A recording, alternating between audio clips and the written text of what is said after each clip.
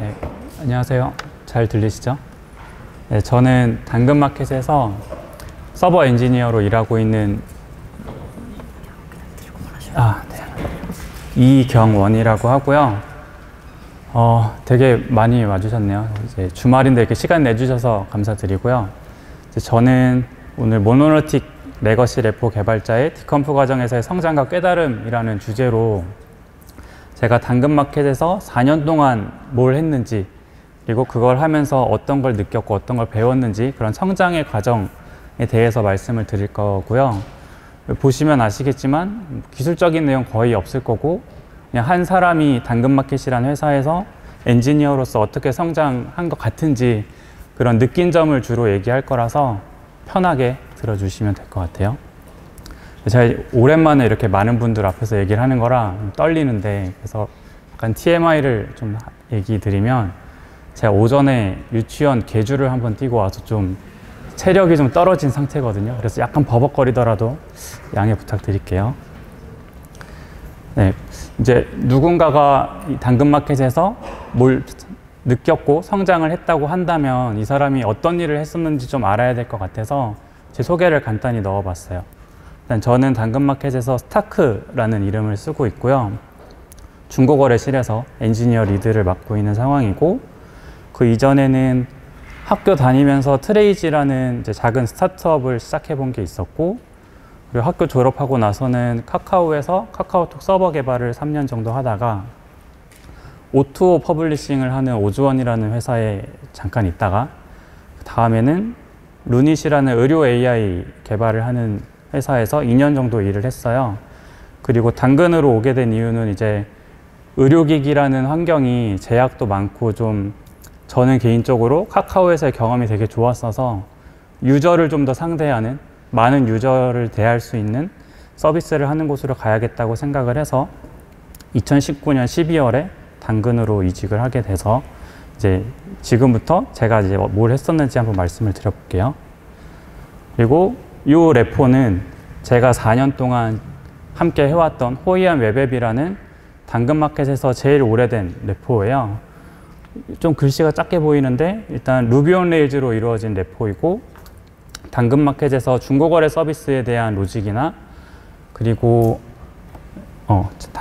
중고거래에 관련된 웹서버이고, 그리고 동네생활 9버전 지원을 하고 있는 게 있고, 그리고 마이크로 서비스로 쪼개지지 않은 나머지의 모든 로직을 다 담고 있는 레포예요. 그래서 커밋수도 뭐 3만 개가 넘을 정도로 되게 많은 레포인데, 이 발표를 준비하면서 제가 첫 번째 커밋은 그럼 언제지? 를 찾아봤는데 2015년 5월에 폴이라는 분이 퍼스트 커밋을 해요. 역사적인 순간이죠. 그래서 이때 무슨 일이 있었는지를 보면, 어벤져스 에이지 오브 울트론이 개봉을 했고 4월에 애플워치가 처음 한국에 들어왔어요. 5월쯤에. 그리고 저는 19년 12월에 입사를 했는데 이게 제 첫 커밋이거든요. 그래서 뭔가 쿼리를 수정한 것 같아요. 이때는 앞에 얘기했던 어벤져스가 끝나는 이야기인 엔드게임이 개봉을 4월에 했었고, 그리고 우리 삶을 되게 많이 바꿔놓은 코로나가 나타나기 시작한 그때 얘기입니다. 그리고 이제 제가 커밋을 그럼 얼마나 했지 궁금해서 깃허브에서 인사이트 메뉴 눌러보면 나오는 메뉴인데, 이제 앞에 있는 분들이 첫 번째가 아까 폴이라는 분이고, 두 번째, 세 번째는 지금은 안 계신 제 선배님들이죠. 그리고 제가 네 번째로 있는데, 보면 커밋 수가 되게 많아요. 폴 같은 경우는 3,000개가 넘고 저는 1,642개인데, 네, 지금 저분들이 한 것들은 제가 여기서 4년을 해도 갭이 꽤 많이 차이 나는 상황이죠. 그리고 이 레포의 활동성을 한번 보여드리려고 하는 화면인데요. 지난 한 달간 있었던 PR이 풀리퀘스트가 183개고 166개가 머지됐고 17개가 오픈되어 있는 상황인데, 그리고 170개 커밋이 마스터에 머지가 되고, 각자의 피처에서 800개가 넘는 커밋이 될 정도로 되게 활발히 이제 개발되고 있는 레포라고 볼 수 있어요. 그래서 이 호이안 웹앱을 이제 가지고 뭘 했는지를 얘기를 하려면 이 용어를 한번 맞춰보려고 하는데요.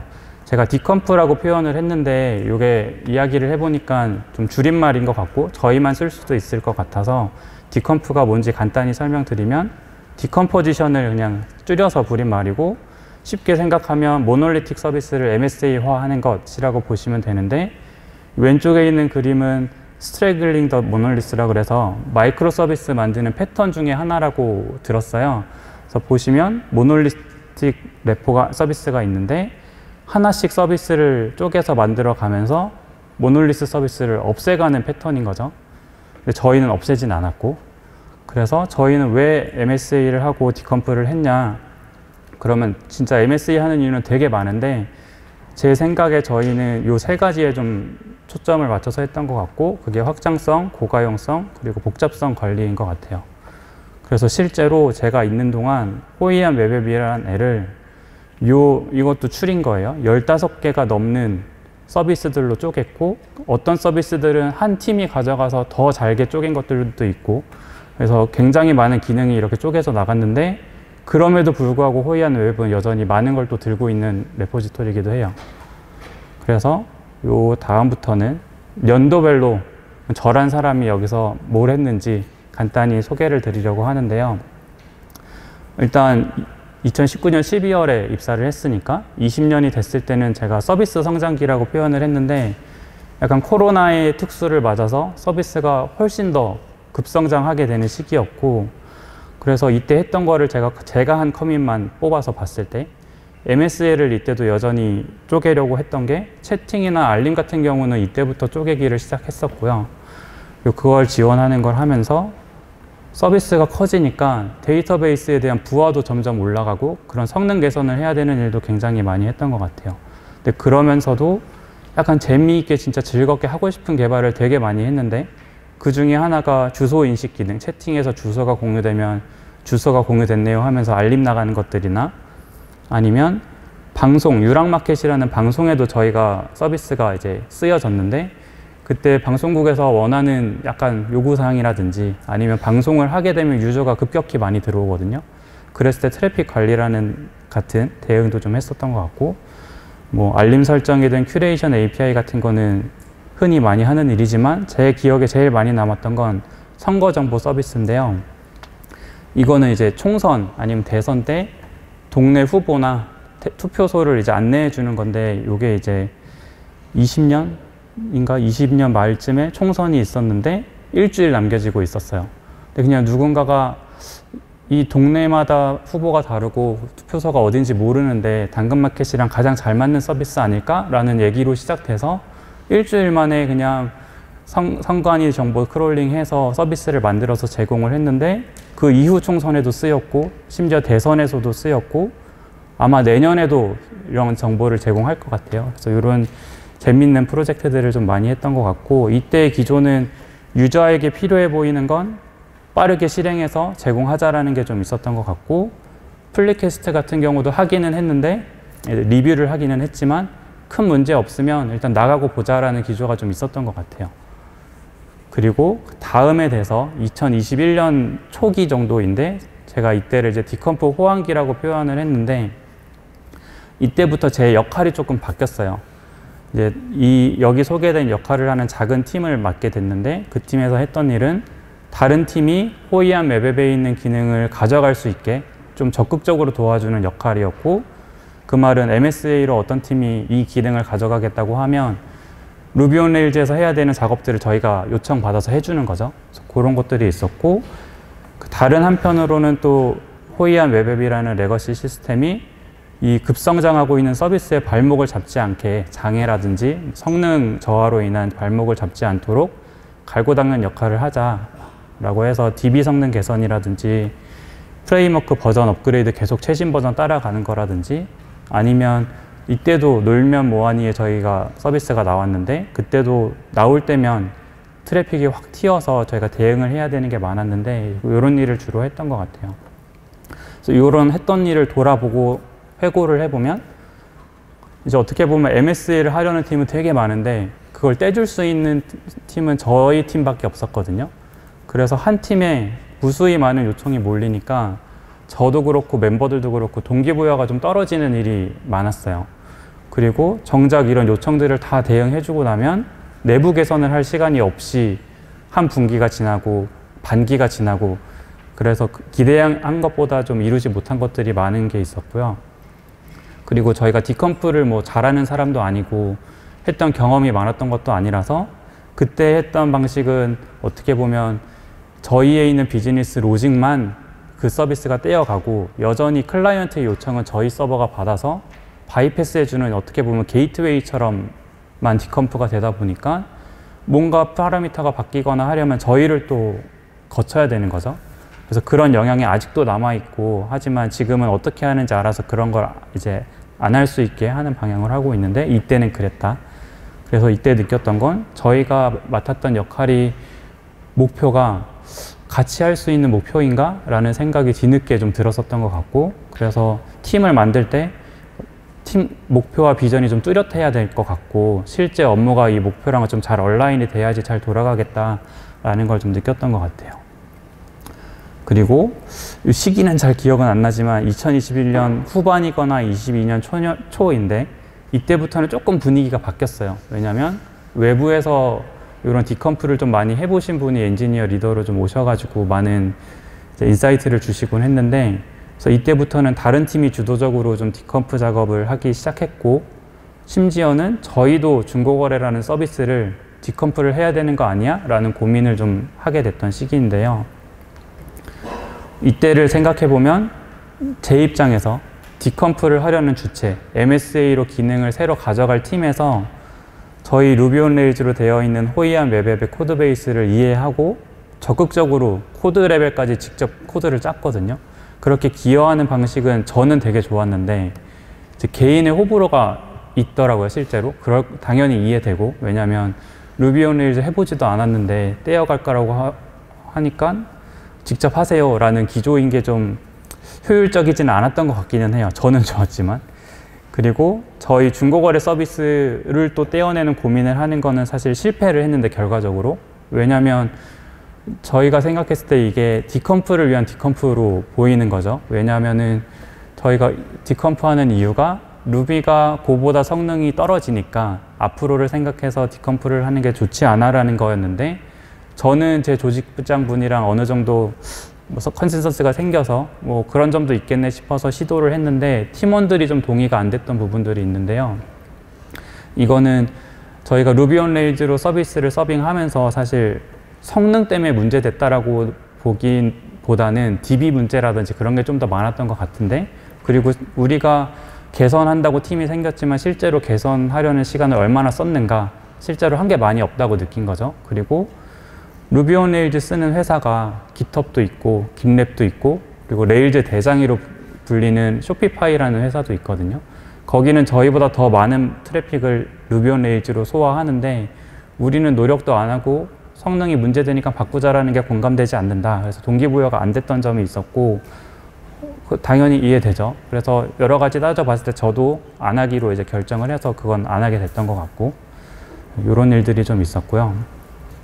그리고 22년 하반기는 제가 엔지니어 매니저로 역할이 좀 변경이 돼서 지금 있는 중고거래실의 엔지니어 리더가 되게 됐는데 이때 또 이런 역할을 맡으니까 그동안 기능만 개발하고 혹은 디컴프 서포트 하던 거에서 어떤 기능을 바라볼 때 좀 전사적인 관점으로 우리 중고거래팀만 바라보는 게 아니라 전사적으로 이게 회사에 임팩트가 있는지 어떻게 도움이 되는지를 좀 더 바라봐야 되는 책임이 좀 생겼던 것 같고 그리고 여전히 하지만 지금도 개발하고 있고 디컴프 서포트도 하고 있고 매니징도 해야 되는 상황이긴 해요.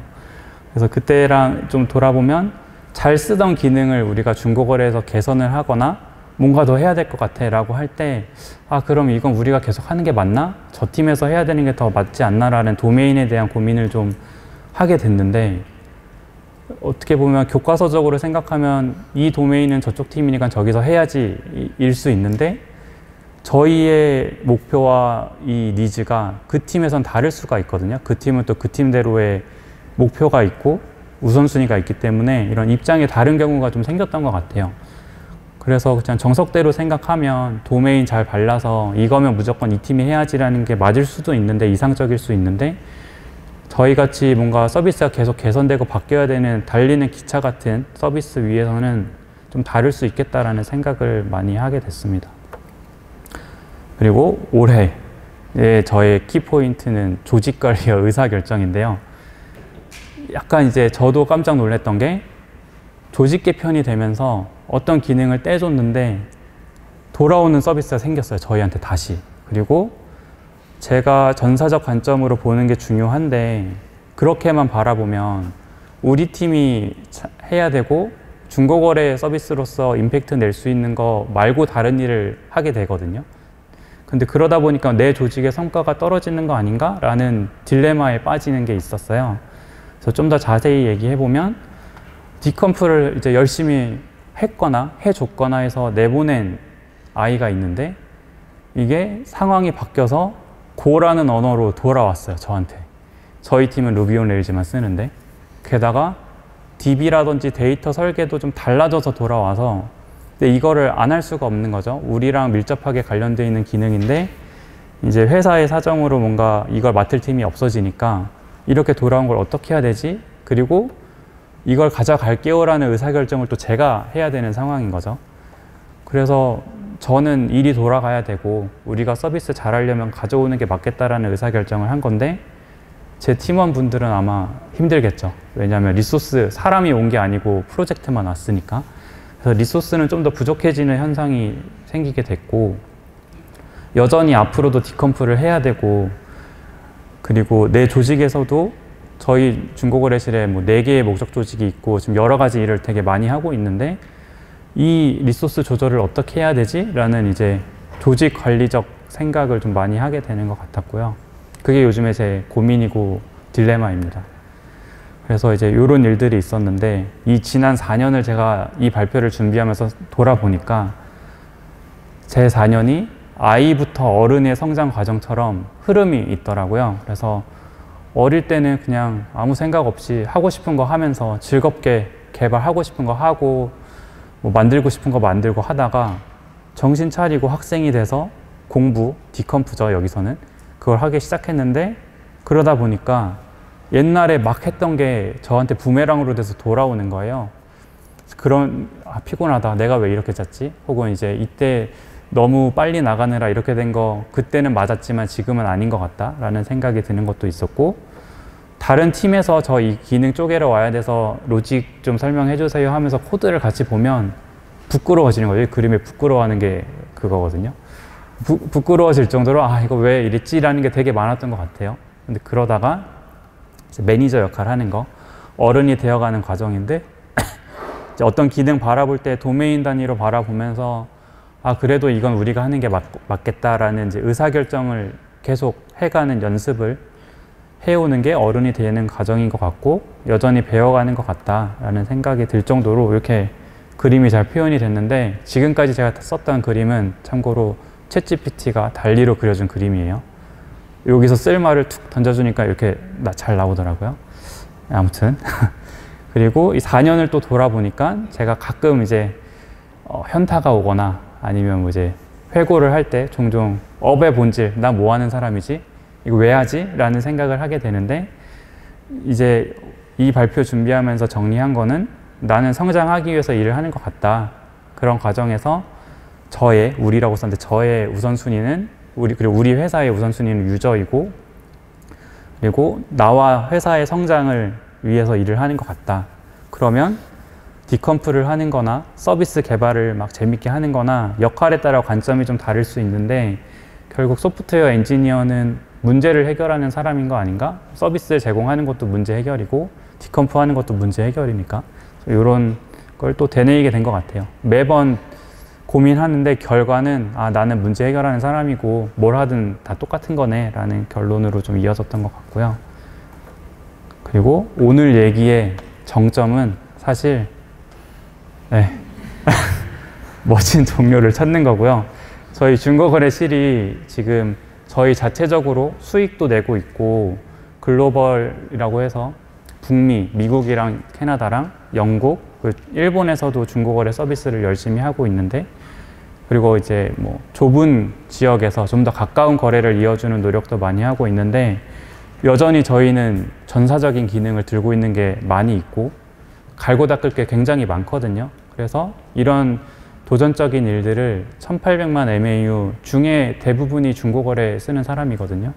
그런 트래픽과 함께 문제를 풀면 좋은 경험이 될 것 같다라는 걸 어필하고 싶었고, 아마도 많은 분들이 루비 온 레일즈 그래도 잘 모르겠는데 싶을 거예요. 근데 저는 이 말씀을 드리고 싶은 게 언어는 중요하지 않은 것 같아요. 뭘 하느냐가 중요한 거지. 그래서 그거 참고해 주시면, 너무 좀 그런가요? 네, 그거 참고해 주시면 좋을 것 같고요. 네, 제가 준비한 내용은 여기까지고, 자, Q&A를 한번 볼게요.